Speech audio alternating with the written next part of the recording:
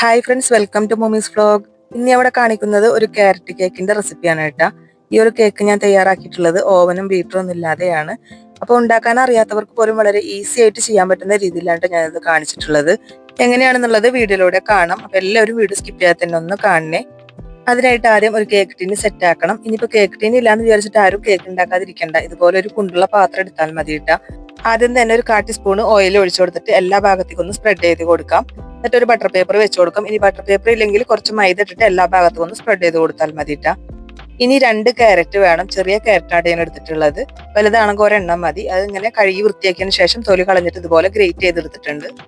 ഇനി ഒരു പാൻ വെച്ച് കൊടുത്തിട്ടുണ്ട്. അതിലേക്ക് 1/2 കപ്പ് പഞ്ചസാരയാണ് ഇട്ട് കൊടുക്കുന്നത്. അതൊന്ന് കാരമൽ ചെയ്തെടുക്കണം. ഇതുപോലെ കാരമൽ ചെയ്യാനായിട്ട് അലുമിനിയം പാത്രങ്ങളാണ് നമ്മൾ എടുക്കണമെന്നുണ്ടെങ്കിൽ പെട്ടെന്ന് തന്നെ കാരമലായി കിട്ടൂട്ടാ. പഞ്ചസാര മുഴുവനും കാരമലായി വന്നിട്ടുണ്ട്. കരിഞ്ഞു പോവാതെ നോക്കണം കേട്ടാ. ഈ ഒരു സമയത്ത് ലോ ഫ്ലെയിമിലാക്കി കൊടുക്കാം. ഇങ്ങനെ ഓരോ ഭാഗം ഫുള്ളായി പതിഞ്ഞു വരുമ്പോൾ അതിലേക്ക് വെള്ളം ഒഴിച്ചു കൊടുക്കണം. 1/2 കപ്പ് വെള്ളമാണ് ഒഴിച്ചു കൊടുക്കുന്നത്. സാധാ വെള്ളമാണ് കേട്ടോ. വെള്ളം ഒഴിച്ചു കൊടുക്കുമ്പോൾ കുറച്ച് മാറി നിന്നിട്ട് വേണം നമ്മൾ ഒഴിച്ചു കൊടുക്കാനായിട്ട്. മുഖത്തേക്ക് തെറിക്കാതിരിക്കാനാണ്. അപ്പൊ ഇതുപോലെ കട്ട പിടിക്കും. തിളച്ചു വരുമ്പോൾ പെട്ടെന്ന് തന്നെ അലിഞ്ഞു വരും കേട്ടോ. ഈ ഒരു സമയത്ത് അതിലേക്ക് ഗ്രേറ്റ് ചെയ്ത് വെച്ചിട്ടുള്ള ക്യാരറ്റ് നമുക്ക് മുഴുവനായിട്ട് ഇട്ട് കൊടുക്കാം.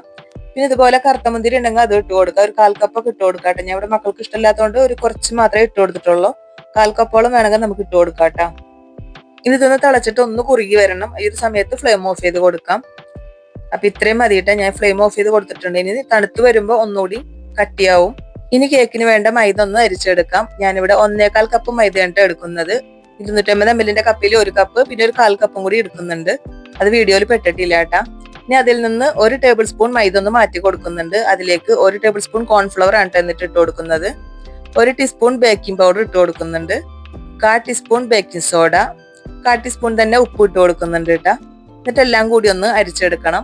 കോൺഫ്ലവർ ഇല്ലാന്നുണ്ടെങ്കിൽ ആ ഒരു ഭാഗം സ്കിപ്പ് ചെയ്ത് പോവാട്ടാ. ഫുള്ളായിട്ട് മൈദ തന്നെ മതിയാവും. ഇനി എല്ലാം കൂടി നന്നായിട്ടൊന്ന് മിക്സ് ചെയ്തെടുക്കുന്നുണ്ട്. ഒന്നുകിൽ 3 വട്ടം ആയിരിക്കും, അതല്ലെങ്കിൽ നന്നായിട്ടൊന്ന് മിക്സ് ചെയ്തെടുത്താൽ മതി. ഇനി മിക്സിയിൽ ചെറിയൊരു ജാർ എടുത്തിട്ടുണ്ട്. അതിലേക്ക് 1/2 കപ്പ് പഞ്ചസാര ഇട്ട് കൊടുക്കാം. പിന്നെ 3 ഗ്രാമ്പു ഇട്ടിട്ട് അത് നന്നായിട്ടൊന്ന് പൊടിച്ചെടുത്തിട്ട് വരാം. അപ്പൊ ഞാൻ തുടക്കത്തിലേ പറഞ്ഞിരുന്നു, ഓവനും ബീറ്ററും ഇല്ലാതെയാണ് നമ്മൾ ഈ ഒരു കേക്ക് തയ്യാറാക്കുന്നത്. ഈ കേക്കിന് വേണ്ടതെല്ലാം അടിച്ചെടുക്കുന്നത് നമ്മൾ മിക്സിയിലാണ് കേട്ടോ. അപ്പൊ മിക്സിയിലെ ജാർ എടുക്കുമ്പോൾ അതിൽ വെള്ളത്തിന്റെ അംശം ഒട്ടും ഇല്ലാന്ന് ഉറപ്പ് വരുത്തിയതിന് ശേഷം വേണം എടുക്കാനായിട്ട്. അതിലേക്ക് 4 മുട്ട പൊട്ടിച്ചൊഴിച്ചു കൊടുക്കണം. മുട്ട വലുതാണെങ്കിൽ 3 മതി, ചെറുതാണെങ്കിൽ 4 വേണം കേട്ടാ. ഫ്രിഡ്ജിൽ വെച്ചിട്ടാണ് മുട്ട എടുക്കണമെന്നുണ്ടെങ്കിൽ തണുപ്പെല്ലാം പോയതിനു ശേഷം വേണം നമ്മൾ എടുക്കാനായിട്ട് കേട്ടാ. ഇനി അതിലേക്ക് 1 ടീസ്പൂണ് വാനില എസൻസ് ഒഴിച്ചു കൊടുക്കാം. എന്നിട്ട് അതൊന്ന് നന്നായിട്ടൊന്ന് അടിച്ചെടുത്തിട്ട് വരാം. ഇപ്പൊ നന്നായിട്ട് തന്നെ അടിച്ചെടുത്തിട്ടുണ്ട്. അതിലേക്ക് നമ്മൾ പൊടിച്ചു വെച്ചിട്ടുള്ള പഞ്ചസാര ഇട്ട് കൊടുക്കാം. അത് ഒന്നുകൂടി ഒന്ന് അടിച്ചെടുത്തിട്ട് വരാം. ഒരു 30 സെക്കൻഡ് ഒക്കെ അടിച്ചെടുത്താൽ മതി കേട്ടാ. അപ്പൊ അടിച്ചെടുത്ത് വന്നിട്ടുണ്ട്. ഇനി അതിലേക്ക് 1/2 കപ്പ് ഓയിലാണ് ഒഴിച്ചു കൊടുക്കുന്നത്. ഓയിൽ ഒഴിച്ചതിന് ശേഷം ഒന്ന് ബീറ്റ് ചെയ്തെടുത്താൽ മതി കേട്ടോ. അധികം നേരം ഇട്ട് അടിക്കരുത്. അപ്പോഴേക്കും നമ്മുടെ ക്യാരറ്റിന്റെ മിക്സ് നന്നായി തണുത്ത് വന്നിട്ടുണ്ടായിരുന്നു. അതിലേക്ക് നമ്മൾ അടിച്ചു വെച്ചിട്ടുള്ള മുട്ടയുടെ മിക്സ് ഒഴിച്ചു കൊടുക്കാം. എന്നിട്ട് നന്നായിട്ടൊന്ന് മിക്സ് ചെയ്തെടുക്കാം. ഇനി കുറച്ച് കാഷ്യൂനട്ട് എടുത്തിട്ടുണ്ട്. ഇതൊന്ന് ക്രഷ് ചെയ്തെടുത്താൽ മതി കേട്ടോ. ഞാനിവിടെ കുറച്ച് പൊടിയായിട്ട് എടുക്കുന്നുണ്ട്. അത് മക്കൾക്ക് അധികം ഇഷ്ടമല്ല ഇങ്ങനെ കാണുന്നത്, അതുകൊണ്ടാണ് ഞാൻ ഇങ്ങനെ എടുത്തത് കേട്ടോ. ഇനി അത് മൈദയിലേക്ക് ഇട്ട് കൊടുത്തിട്ട് ഒന്ന് മിക്സ് ചെയ്തെടുക്കാം. ഇനി ഇത് മുട്ടയുടെ മിക്സിലേക്ക് ഇട്ട് കൊടുക്കാം. അപ്പൊ മുഴുവൻ ഇട്ട് കൊടുക്കുകയാണെങ്കിൽ അങ്ങനെ ചെയ്യാം, അതല്ലെങ്കിൽ കുറേശ്ശെ ഇട്ടിട്ട് മിക്സ് ചെയ്തെടുത്താലും മതി കേട്ടോ. ഞാനിവിടെ മുഴുവനായിട്ട് തന്നെ ഇട്ട് കൊടുക്കുന്നുണ്ട്. എന്നിട്ട് അത് പതുക്കെ ഒന്ന് മിക്സ് ചെയ്തെടുക്കാം. അപ്പൊ ഇതുപോലെ വിസ്ക് ഉണ്ടെങ്കിൽ നമുക്ക് മിക്സ് ചെയ്യാനായിട്ട് വളരെ എളുപ്പമാണ് കേട്ടോ. കട്ടയില്ലാതെ തന്നെ നമുക്ക് പെട്ടെന്ന് മിക്സ് ചെയ്തെടുക്കാൻ പറ്റും.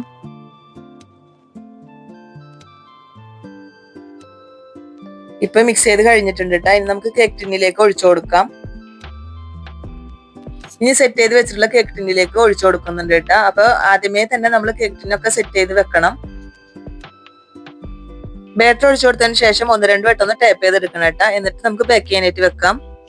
അപ്പൊ എന്റെ ഓവൻ സെറ്റപ്പ് ഇതാണ് കേട്ടോ. ഒരു 10 മിനിറ്റ് പ്രീ ഹീറ്റ് ചെയ്ത് വെച്ചിട്ടുണ്ടായിരുന്നു. അതിനുശേഷം അതിലേക്ക് ഇറക്കി വെച്ച് കൊടുക്കാം. ഞാൻ എപ്പോഴും ഇതിൽ തന്നെയാണ് കേട്ടോ കേക്ക് ഉണ്ടാക്കുന്നത്. അതിന് മുകളിലേക്ക് ഒരു വെയിറ്റ് വെച്ച് കൊടുക്കാം കേട്ടോ. ഞാൻ വെയിറ്റ് വെച്ച് കൊടുത്തിട്ടുണ്ടായിരുന്നു.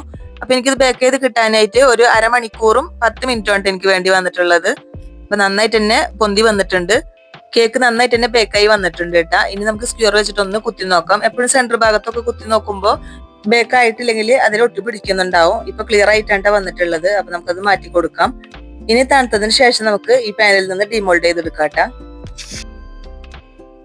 ഇപ്പൊ കേക്ക് നന്നായിട്ട് തന്നെ തണുത്ത് വന്നിട്ടുണ്ട് കേട്ടോ. അപ്പൊ സൈഡിൽ ഇതുപോലെ കത്തി വെച്ചിട്ട് ഇതുപോലെ ഒന്ന് വിടുത്തി കൊടുത്താൽ മതി. അപ്പൊ നമുക്ക് പെട്ടെന്ന് തന്നെ വിട്ട് കിട്ടും കേട്ടോ. ഇനി കയ്യിലേക്കൊന്ന് കമഴ്ത്തി കൊടുക്കാം. നല്ല രീതിക്ക് തന്നെ കിട്ടിയിട്ടുണ്ട് കേട്ടോ. നല്ല സോഫ്റ്റ് കേക്കാണ്. നമുക്ക് ആ ബട്ടർ പേപ്പർ ഒന്ന് മാറ്റി കൊടുക്കാം. നല്ല സോഫ്റ്റ് കേക്ക് ആയിട്ടാണ് കിട്ടിയിട്ടുള്ളത്. വളരെ എളുപ്പമാണ് ഇത് ചെയ്തെടുക്കാനായിട്ട്. ഓവനും ബീറ്ററും ഒന്നും ഇല്ലാതെ നമ്മൾ മിക്സിയുടെ ജാറിലാണ് ഇതെല്ലാം തയ്യാറാക്കി എടുത്തിട്ടുള്ളത്. അപ്പൊ ഓവൻ ഇല്ലാത്തവർക്ക് ഇതുപോലെ ഗ്യാസ് സ്റ്റൗവിൽ വെച്ചിട്ടായാലും നമുക്ക് ചെയ്തെടുക്കാവുന്നതാണ് കേട്ടാ. കുറച്ച് പേർക്കൊക്കെ ഇങ്ങനെ ചെയ്യാൻ അറിയാവുന്നവരാണ്. പക്ഷെ ചെയ്യാൻ അറിയാത്തവർ ഇപ്പോഴും കുറെ പേരുണ്ട്. അപ്പൊ അവർക്ക് വേണ്ടിയിട്ടാണ് ഞാൻ ഈ ഒരു വീഡിയോ ഇട്ടിട്ടുള്ളത്. ഇനി ഓവനും ബീറ്ററൊന്നും ഇല്ലാന്ന് പറഞ്ഞിട്ട് ആരും ഇരിക്കണ്ട കേട്ടാ. ഇതുപോലെ ഒരു മിക്സിയുടെ ജാർ ഉണ്ടെങ്കിൽ ഗ്യാസ് സ്റ്റോപ്പിൽ നമുക്ക് വളരെ പെട്ടെന്ന് തന്നെ ചെയ്തെടുക്കാവുന്നതാണ് കേട്ടാ. പിന്നെ അളവിന്റെ കപ്പുകൾ ഇല്ലെങ്കിൽ ഒരു ഗ്ലാസ് എടുത്തിട്ട് എല്ലാ അളവുകളും ആ ഒരു ഗ്ലാസ് കൊണ്ട് തന്നെ ചെയ്തെടുത്താൽ മതി കേട്ടാ. ടീസ്പൂൺ ആയാലും ഒരു ചെറിയ സ്പൂണിന്റെ അളവ് എല്ലാം നോക്കി എടുത്താൽ മതി കേട്ടാ. നല്ല സോഫ്റ്റ് ആയിട്ടുള്ള കേക്കാണ് നമുക്ക് ഇവിടെ കിട്ടിയിട്ടുള്ളത്. അപ്പൊ ഇതുപോലെ ഇപ്പൊ ഈ വരുന്ന ക്രിസ്മസിന് എല്ലാവർക്കും കേക്ക് ഉണ്ടാക്കണം എന്ന് തോന്നിക്കഴിഞ്ഞാൽ ഇതുപോലെ ഉണ്ടാക്കി നോക്കിയാൽ മതി കേട്ടാ. നല്ല അടിപൊളി കേക്കാണ് നമുക്ക് കിട്ടിയിട്ടുള്ളത്. ഈ ഒരു ക്യാരറ്റ് കേക്കിന്റെ റെസിപ്പി എല്ലാവർക്കും ഇഷ്ടപ്പെട്ടെന്ന് വിചാരിക്കുന്നു. ഇഷ്ടപ്പെട്ടാൽ ലൈക്ക് ചെയ്യാനും ഷെയർ ചെയ്യാനും സബ്സ്ക്രൈബ് ചെയ്യാനൊന്നും ആരും മറക്കരുത് കേട്ടാ. നിങ്ങൾ അഭിപ്രായങ്ങളൊക്കെ കമന്റ് ബോക്സിൽ അറിയിക്കണം. പിന്നെ അതുപോലെ ഹൈപ്പ് എന്നുള്ളൊരു ഓപ്ഷൻ ഉണ്ട്. ഹൈപ്പും കൂടി ചെയ്യാൻ മറക്കരുത്. നല്ലൊരു ഈസി റെസിപ്പിയുമായി നമുക്ക് വീണ്ടും കാണാം. താങ്ക്